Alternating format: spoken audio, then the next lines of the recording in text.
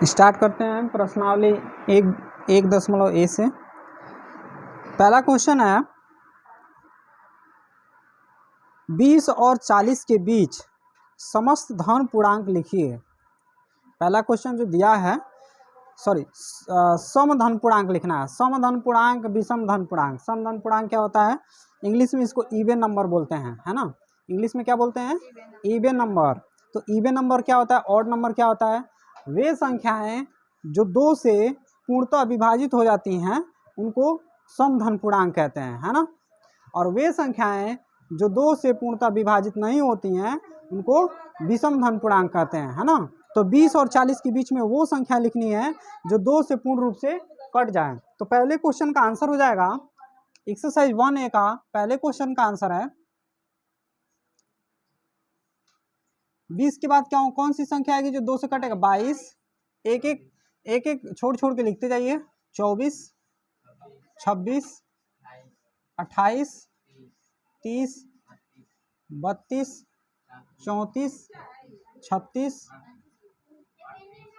38 और 40 के बीच में लिखना था तो 38 तक रहने देते हैं, ठीक है। तो ये हो जाएगा 22, 24, 26, 28, 30, 32, 34 और 36 और 38, है ना। क्वेश्चन नंबर 2 है, देखिए क्वेश्चन नंबर 2 देखते हैं। 1 से 10 तक अभाज्य धन पूर्णांक लिखिए। 1 से 10 तक अभाज्य, अभाज्य का मतलब प्राइम नंबर, जो किसी के टेबल में मतलब नहीं आता हो, है ना। ऐसी संख्याएं बतानी है जो किसी के पहाड़े में भाग देने पे या फिर पहाड़ा पढ़ने पे या फिर किसी भी तरह से डिवाइड करने पे वो नहीं कटता हो, है ना। उसी को प्राइम नंबर कहते हैं। वो संख्या जो खुद के, है ना, खुद से और 1 से, केवल खुद से और 1 से डिवाइड हो, है ना, विभाज्य हो, उसको हम अभाज्य संख्या कहते हैं, है ना। तो 1 से लेकर और 10 तक के बीच की वो संख्या लिखनी है जो किसी के पहाड़े में नहीं आती हो और केवल स्वयं की और 1 के पहाड़े में आती हो। जैसे कि मान लीजिए 2, 3, 5, 7 और कुछ नहीं, क्योंकि 9 हम नहीं लिख सकते हैं। 9 जो होता है 3 के टेबल में आता है, ठीक है। नेक्स्ट क्वेश्चन जो दिया है, क्वेश्चन नंबर 3 दिया है 2a + 1 का क्रमानुयायी पूर्णांक बताइए। क्रमानुयायी मतलब जो क्रम में आता हो, उसके क्रम के बाद वाला, है ना। क्रम से, क्रम का मतलब होता है लगातार, क्रम का मतलब लगातार। तो आपको बता दें कि 1 के बाद क्या आता है, 2 के बाद, 3 के बाद, 4 के बाद, ये क्रम से है ना। यानी कि 1 में 1 प्लस किया गया तो 2, 2 में 1 प्लस किया गया तो 3, 3 में 1 प्लस किया गया तो 4, 4 में 1 प्लस किया गया तो 5। तो इसका क्रमानुयायी पूर्णांक हो जाएगा 2a + 1 का क्रमानुयायी पूर्णांक। क्वेश्चन नंबर 3 का आंसर जो है 2a + 1 का क्रमानुयायी बनाने के लिए हम क्या करेंगे, इसमें 1 प्लस कर देंगे। क्या करेंगे? तो 2a + 1 में 1 प्लस करना है, तो 1 और 1 मिल कितना हो गया? तो 2a + 2, ये हमारा आंसर हो जाएगा। क्वेश्चन नंबर 4 देखते हैं। देखिए क्वेश्चन नंबर 4 में दिया है 2/3 का योगात्मक प्रतिलोम ज्ञात कीजिए। योगात्मक प्रतिलोम, है ना। योगात्मक प्रतिलोम क्या होता है भाई? योगात्मक प्रतिलोम 2 तरह से हम ज्ञात कर सकते हैं। पहला तरीका सबसे सिंपल वाला कि जिस पूर्णांक के आगे अगर माइनस का सिंबल दिया है ना, या फिर परिमेय संख्या कोई भी नंबर हो जिसके अगर माइनस दिया है, उसके आगे का माइनस हमें हटा देना होता है, और जिसके आगे माइनस अगर मतलब नहीं दिया है उसके आगे माइनस को लगा देना होता है ना। ये होता है योगात्मक प्रतिलोम। योग का मतलब होता है जोड़, योग का मतलब, और प्रतिलोम का मतलब उल्टा। योग का उल्टा घटाना ना। तो अगर प्लस में दिया तो माइनस में लिख लीजिए, माइनस में दिया तो योगात्मक प्रतिलोम आपका चौथा का आंसर हो जाएगा। क्वेश्चन नंबर 4 यानी कि 2/3 का योगात्मक प्रतिलोम हो जाएगा माइनस में 2/3, है ना।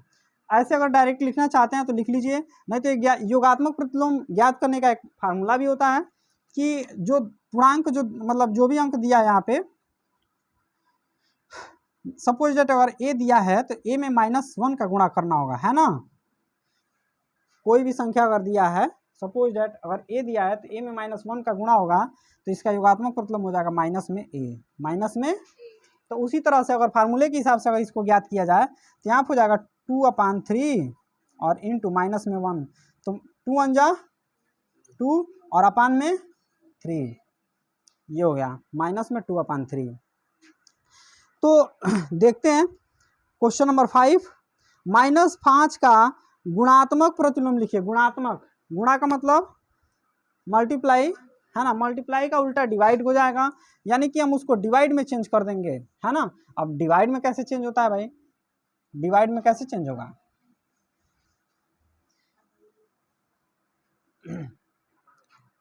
चलिए ध्यान दीजिएगा, गुणात्मक प्रतिलोम ज्ञात करने का एक रूल होता है, गुणात्मक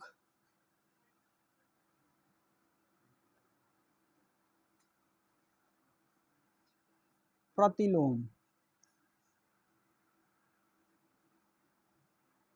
किसी भी संख्या का अगर गुणात्मक प्रतिलोम अगर निकालना है आपको, तो 1 में उस संख्या से डिवाइड करना होगा। सपोज दैट अगर कोई संख्या a दिया है और a का आपको गुणात्मक प्रतिलोम निकालना है, तो आपको 1 में उस a से डिवाइड करना होगा। तो आप इसको लिखेंगे ऐसे करके 1/a, ये हो गया इसका गुणात्मक प्रतिलोम, है ना। तो उसी तरह से फार्मूले के हिसाब से यहाँ हो जाएगा -5 का गुणात्मक प्रतिलोम, गुणात्मक प्रतिलोम।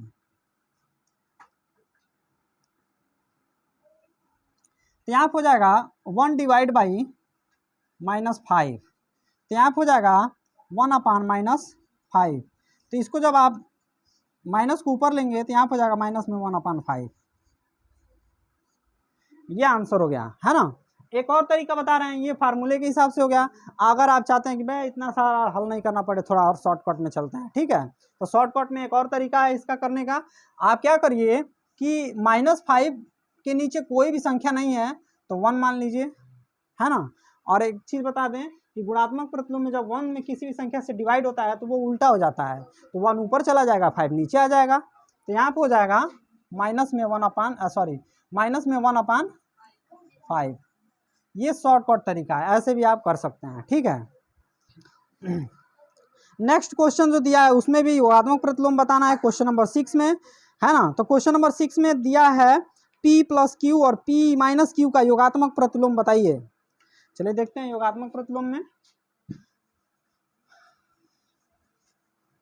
क्वेश्चन नंबर 6 दिया है P + Q का योगात्मक प्रतिलोम और P - Q का योगात्मक प्रतिलोम। योगात्मक प्रतिलोम में भी बताएं कि जिसके आगे प्लस होगा उसके आगे माइनस हो जाएगा, है ना। तो क्या करते हैं, ये दोनों के आगे ब्रैकेट लगा लेते हैं और इसके आगे माइनस कर दिए, है ना। इन दोनों का भी वही प्रोसीजर होगा, P - Q लिख लिए और इसके आगे माइनस लगा लिए, दोनों का हमें आंसर मिल गया, ठीक है। चलिए नेक्स्ट क्वेश्चन जो दिया है 7 में पूछा है कि x के किस मान के लिए 5 × ब्रैकेट में 3 × 2 = 5 × 3 ब्रैकेट में दिया हुआ है इंटू x का कथन सत्य है ना। x के किस मान के लिए, तो x का मान भी बताना है। और चलिए देखिए दिया है 5 × ब्रैकेट में 3 × 2 = क्वेश्चन नंबर 7 है, और इधर दिया है 5 × 3 ब्रैकेट में इंटू x। इसमें पूछा है x का क्या वैल्यू होगा, क्या मान होगा, है ना। x का क्या मान होगा, किसका मान पूछा है, x का, है ना। तो आपको बता दें एक फार्मूला होता है a × b × c, ये इधर ब्रैकेट है।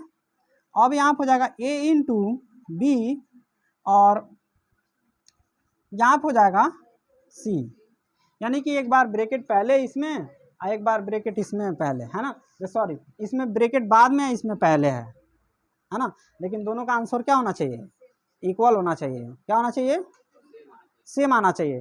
तो आप इसमें x का वैल्यू भी निकाल सकते हैं और चाहे तो डायरेक्ट फार्मूले के हिसाब से लिख भी सकते हैं। फार्मूले का नाम है साहचर्य नियम। साहचर्य नियम। तो साहचर्य नियम के अनुसार, साहचर्य नियम के अनुसार देखिए, यानी कि ए बी सी इधर भी रहना चाहिए, ए बी सी इधर भी रहना चाहिए, तो एक्स का वैल्यू क्या हो जाएगा, यक्स का वैल्यू देखिए 3 के जगह 5 के जगह 5 है, 3 के जगह 3 है, तो यक्स की जगह क्या होना चाहिए, 2 होना चाहिए ना, एक्स की जगह पे 2 होना चाहिए। 5 के प्लेस पे 5 है, 3 के प्लेस पे 3 है, तो एक्स के प्लेस पे क्या होना चाहिए, 2 होना चाहिए। तो हम डायरेक्ट यहाँ पे लिख सकते हैं कि x इज इक्वल टू 2 होगा, है ना। फार्मूला देखिए, ए बी सी लाइन से इसमें भी है, ए बी सी इसमें भी होना चाहिए, ए बी सी यहाँ पे भी है, तो यानी कि यक्स की जगह पे क्या होना चाहिए, 2 होना चाहिए ना। साहचर्य नियम के अनुसार यक्स की जगह पे 2 होना चाहिए। ये फार्मूले के हिसाब से हो गया। हाँ, अगर आप इसको चाहते हैं सॉल्व करके हम निकालें तो सॉल्व करके भी निकाल सकते हैं। रूल नंबर 1 था, इस तरह भी आंसर हो सकता है। दूसरा आंसर कैसे ज्ञात कर सकते हैं, एक्स का वैल्यू कैसे हो सकता है, देखिए सॉल्व करिए। 5 इंटू दिया है 5 इंटू और ये हो गया 3 2 जा 6 इज इक्वल टू 5 3 जा 15 इंटू एक्स। अब देखिए इस 15 को इधर पक्षांतर कर लीजिए, एक्स को अकेले छोड़ देते हैं, एक्स इधर अकेले है, इधर 5 इंटू 6 है, और ये जब गुणा में इधर आया तो बटे में आ गया, यानी कि अपॉन में आ गया। ठीक है, चलिए इसको देख लेते हैं।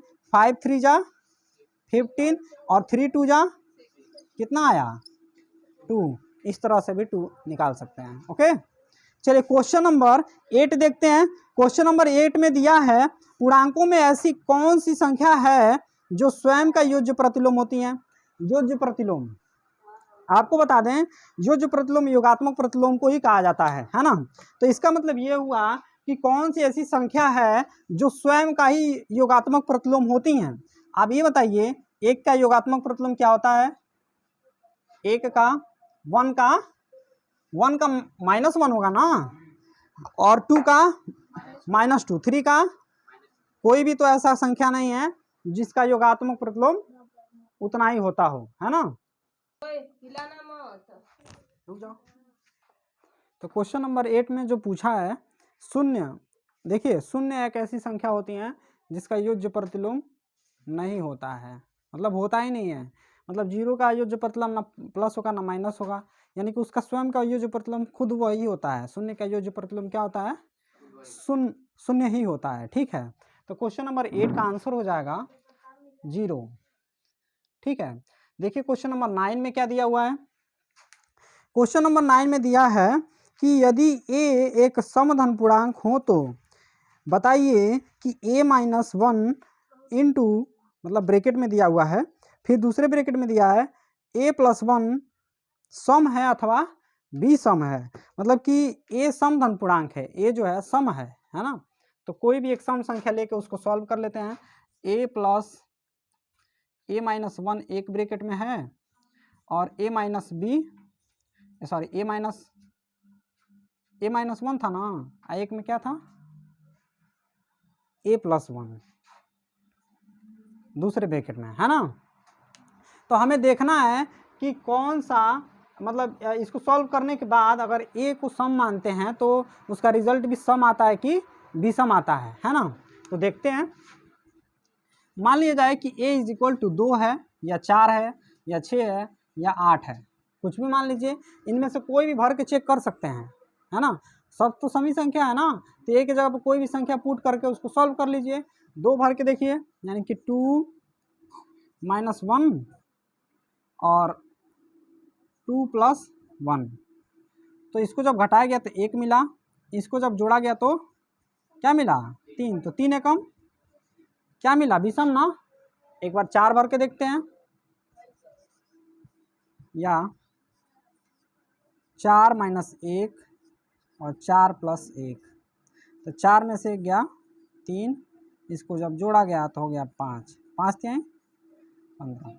देखिए यहाँ पे क्या मिला है, विषम ना, यहाँ पे क्या मिला है, विषम। 2 बार जब हमने चेक किया तो क्या आया, विषम आया ना।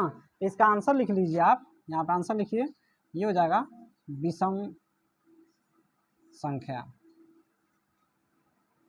विषम संख्या, विषम संख्या होगा। क्वेश्चन नंबर 10 देखते हैं। क्वेश्चन नंबर 10 में क्या दिया है कि संख्या रेखा पर 7 और 5 और 7 के योग को दिखाना है। संख्या रेखा पर क्या दिखाना है? 5 और 7 के योग को दिखाना है।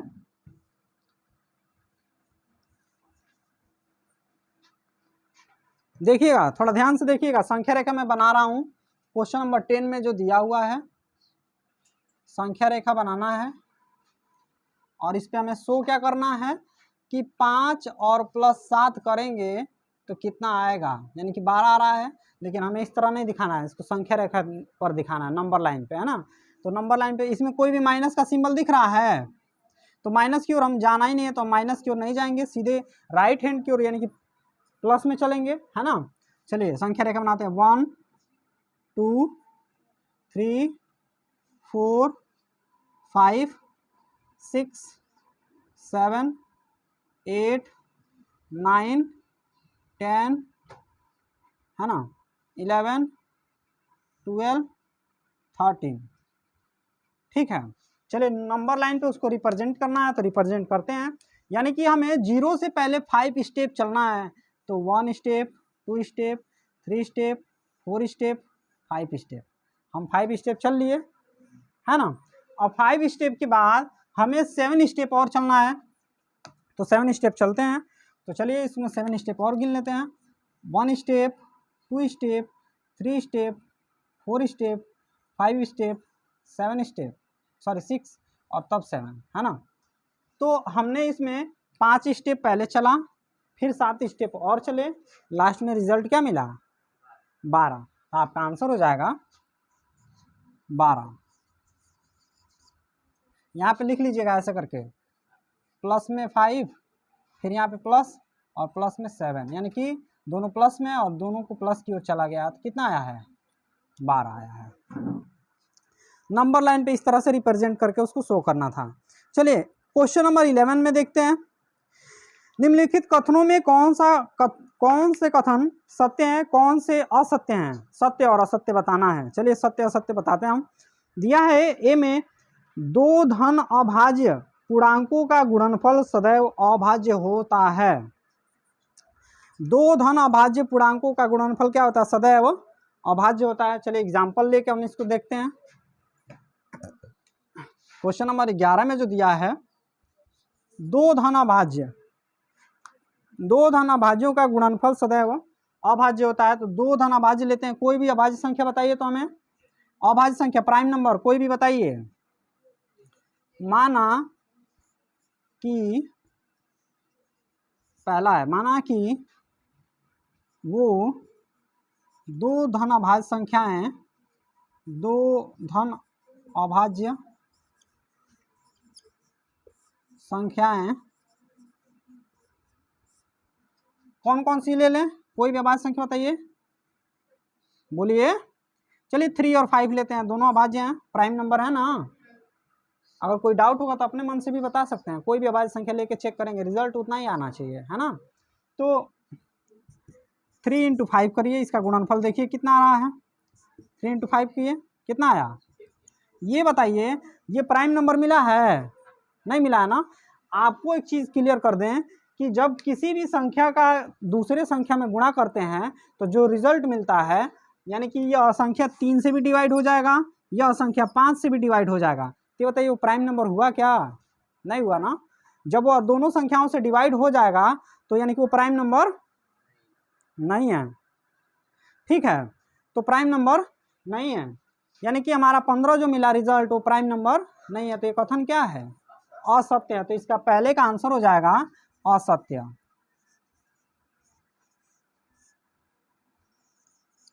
असत्य। चलिए दूसरा देखते हैं। दिया है 2 धन अभाज्य पूर्णांकों का योगफल सदैव अभाज्य होता है। सेम क्वेश्चन है, बस इसमें गुणनफल पूछा था, इसमें योगफल पूछा है ना। तो योग करके देखते हैं। लिखेंगे दूसरे में भी, माना कि वो 2 धन अभाज्य संख्याएं कौन कौन सी हैं? दूसरा बना लेते हैं इसको, कोई भी अभाज्य संख्या लीजिए। 3 और 7, चलिए 3 और 7 लेते हैं, इसको योग करिए यानी कि जोड़िए। तो 3 + 7 को जोड़िए, कितना मिलता है? 10, है ना। 2 और 3 को जोड़िए, 2 + 3, 2 3 5, ये अभाज्य मिला, ये अभाज्य नहीं मिला, तो आप क्या कहेंगे?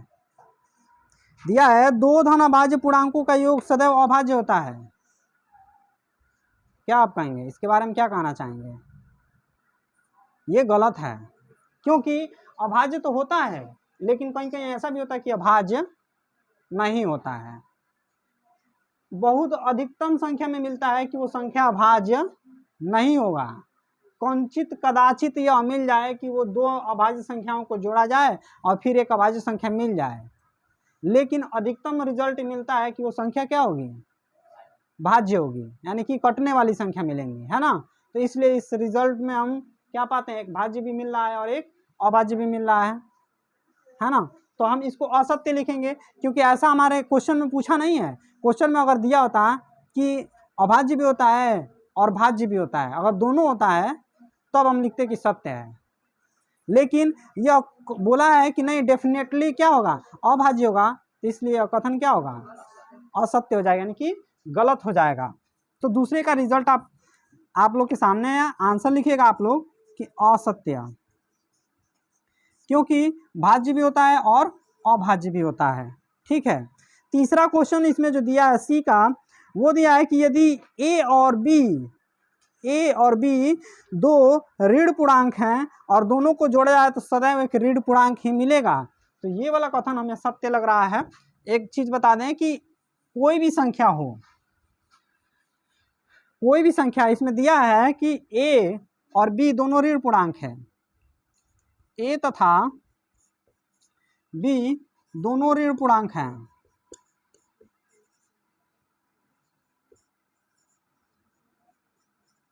और जब दोनों को जोड़ा जाए तो उसका रिजल्ट क्या आना चाहिए? इसका रिजल्ट भी माइनस में आना चाहिए, है ना। तो यह कथन क्या है?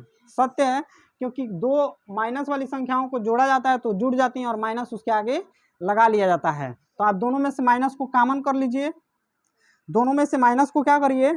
कॉमन करिए। ठीक है। तो यहाँ पे हो जाएगा माइनस बाहर आ जाएगा और यहाँ पे हो जाएगा ए प्लस में बी, दोनों जुड़ गया, लेकिन आगे क्या लगा है?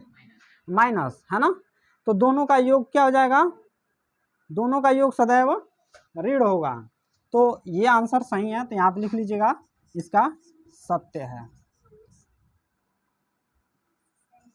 सत्य है। ओके। तो 11 का कंप्लीट हुआ। क्वेश्चन नंबर 12 में देखते हैं। क्वेश्चन नंबर 12 में दिया है कि यदि ए एक धन पूर्णांक हो तो दिखाइए कि ए ब्रैकेट में a+1, फिर ब्रैकेट में a+2, ब्रैकेट में a+3 संख्या 24 से पूर्णतः विभाजित होंगी।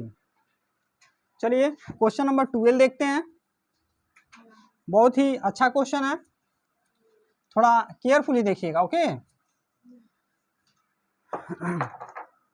क्वेश्चन नंबर 14 में दिया है, सॉरी 12 में, क्वेश्चन नंबर 12 में दिया है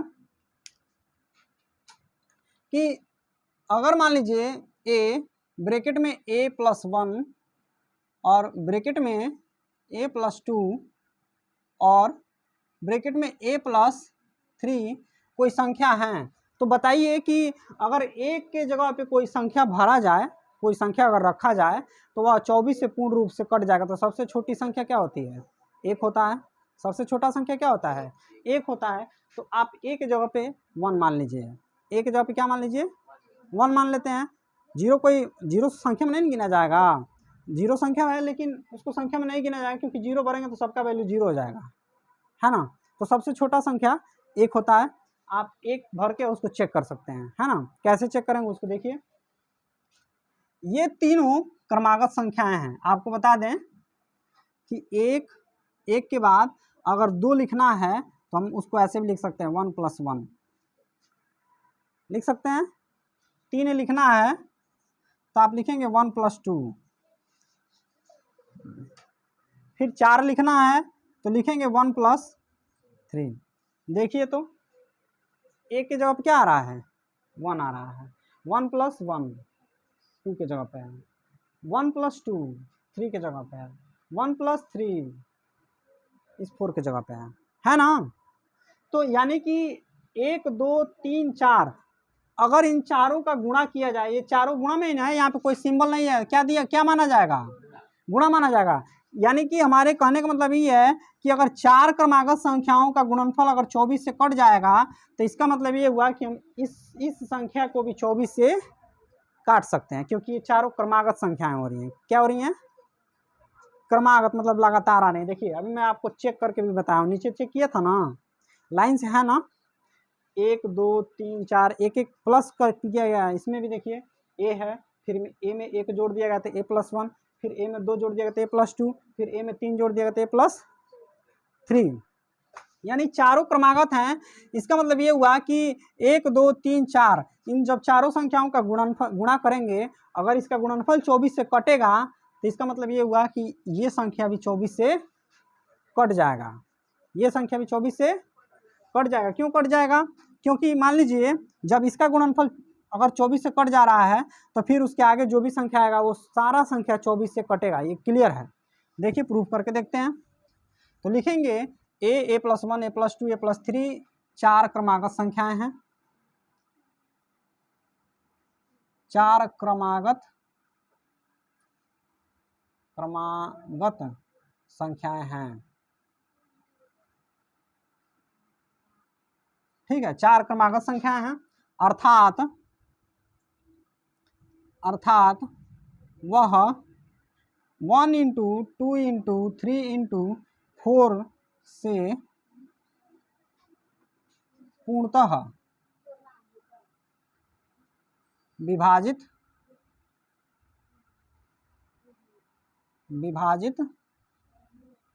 होंगे। चलिए इसका रिजल्ट देखते हैं। तो 1 × 2 × 3 × 4 इज इक्वल टू 2 1 जा 2, 2 3 जा 6, 6 4 जा 24 आया ना। यही बताना था कि 24 से कटेगा कि नहीं कटेगा, हमारा 24 आ गया यहाँ पे। अतः a ब्रैकेट में a+1, फिर ब्रैकेट में a+2, फिर ब्रैकेट में a+3 क्या होगा, 24 से पूर्णतः विभाजित होगा,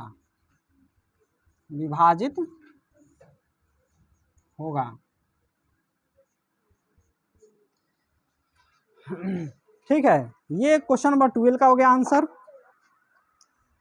देखते हैं नेक्स्ट क्वेश्चन जो दिया हुआ है क्वेश्चन नंबर 13 में, यदि a एक सम धन पूर्णांक तथा b एक विषम धन पूर्णांक है तो बताइए निम्नलिखित संख्याओं में से कौन सी संख्या सम है और कौन सी संख्या विषम है। ठीक है, सम और विषम बताना है। तो चलिए रिजल्ट आप चेक करते जाइएगा और आंसर लिखते जाइएगा। क्वेश्चन नंबर 13 में मिटा दिए इसको,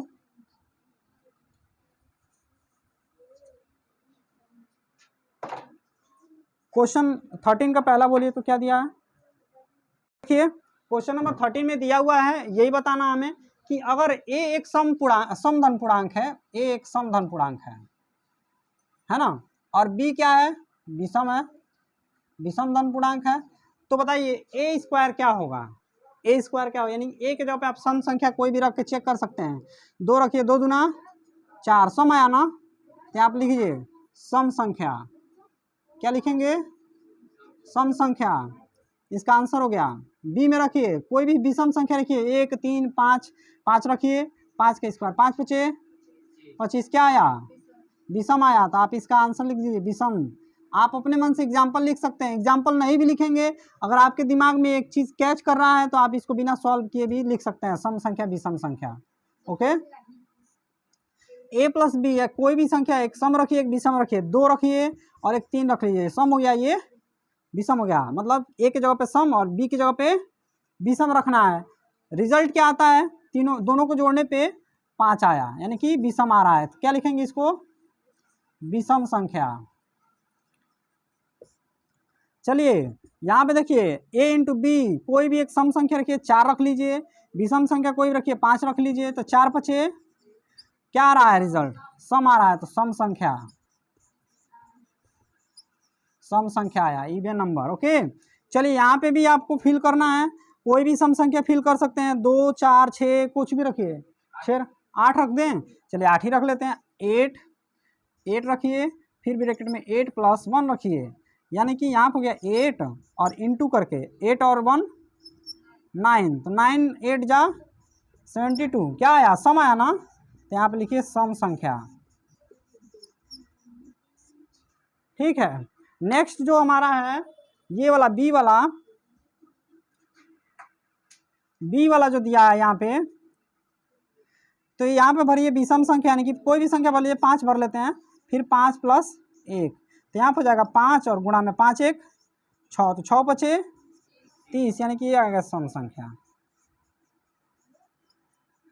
आप क्या करिए, इस तरह से फिल करके चेक कर सकते हैं। अगर इसको नहीं ऐसे फिल करना चाहते हैं तो आप बिना फिल के भी आंसर लिख सकते हैं। ठीक है, इसको रफ में कर लीजिएगा, फिर आंसर आगे लिख लीजिएगा। ठीक है, बस हम इसको इसलिए लिखे हैं ताकि आपके समझ में आएगा कि हाँ कैसे सम हुआ है, कैसे भी सम हुआ है। चलिए नेक्स्ट क्वेश्चन देखते हैं।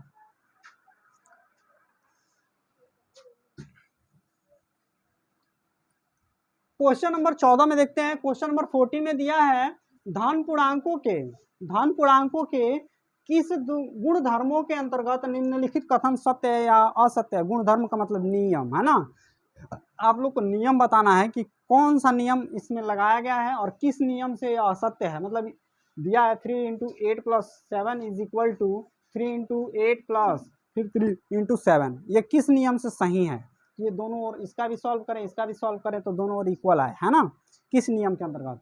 तो आपको बता दें कि पहले नियम ध्यान से देखते जाएगा।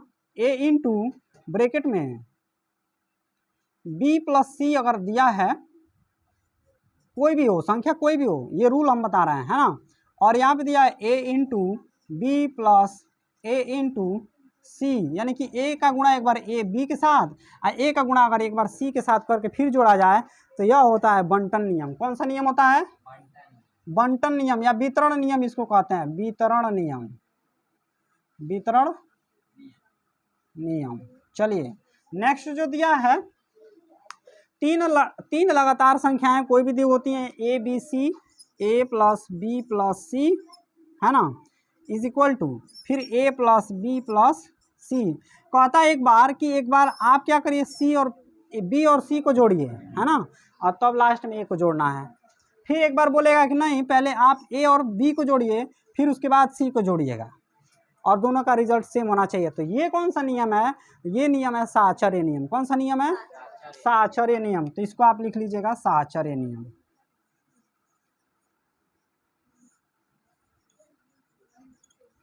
चलिए नेक्स्ट क्वेश्चन जो दिया है, देखिए एक बार दिया है कि 3 गुणा में 2 और फिर 2 गुणा में 3, है ना, 3 × 2 और 2 × 3 दिया है, यानी कि उसके क्रम को उल्टा कर दिया है। क्या किया है? क्रम को उल्टा कर दिया। तो देखिए रूल पहले देखिएगा, अगर कोई संख्या अगर ऐसे दिया है a × b = b × फिर a दे दिया उल्टा करके, क्रम को उसके उल्टा कर दिया गया, तो वो हो गया क्रम विनिमय नियम। कौन सा नियम हो गया? क्रम विनिमय नियम।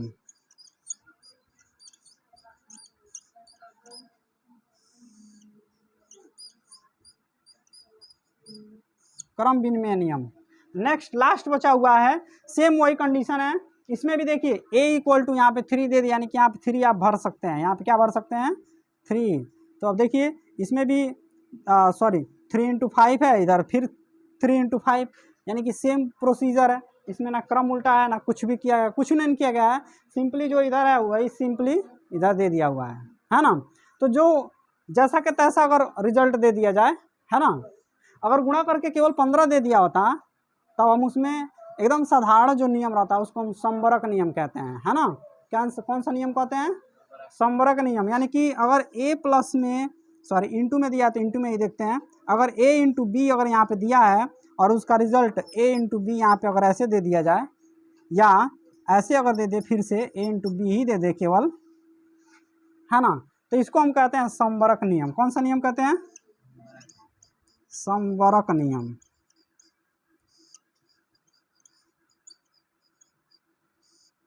चलिए इसमें का खत्म हुआ। क्वेश्चन नंबर 15 देखते हैं। तो देखिए अब क्वेश्चन नंबर 15 दिया हुआ है, संख्या रेखा पर -5, -2, 0, 1, 2, 5 को दर्शाइए, है ना। आप लोग पिछले कक्षा में 4, 5, 6, 7, 8 सब में संख्या रेखा पढ़े होंगे। संख्या रेखा बना लीजिए और सिंपली संख्या रेखा पे एक माइनस में भी इधर दिया है संख्या, तो इधर 0 बीच में कर लेते हैं, इधर माइनस वाला लिख लेंगे 1, माइनस में 2, माइनस में 3, माइनस में 4, माइनस में 5, माइनस में 6, इतना ही रहने देते हैं। इधर भी 1, 2, 3, 4, 5, 6, है ना। अब आपको दिखाना -5, तो आप -5 के पास जाइए और यहाँ आप लिख दीजिए ए। फिर दिखाना -2, तो -2 के पास जाइए, यहाँ आप लिख दीजिए बी।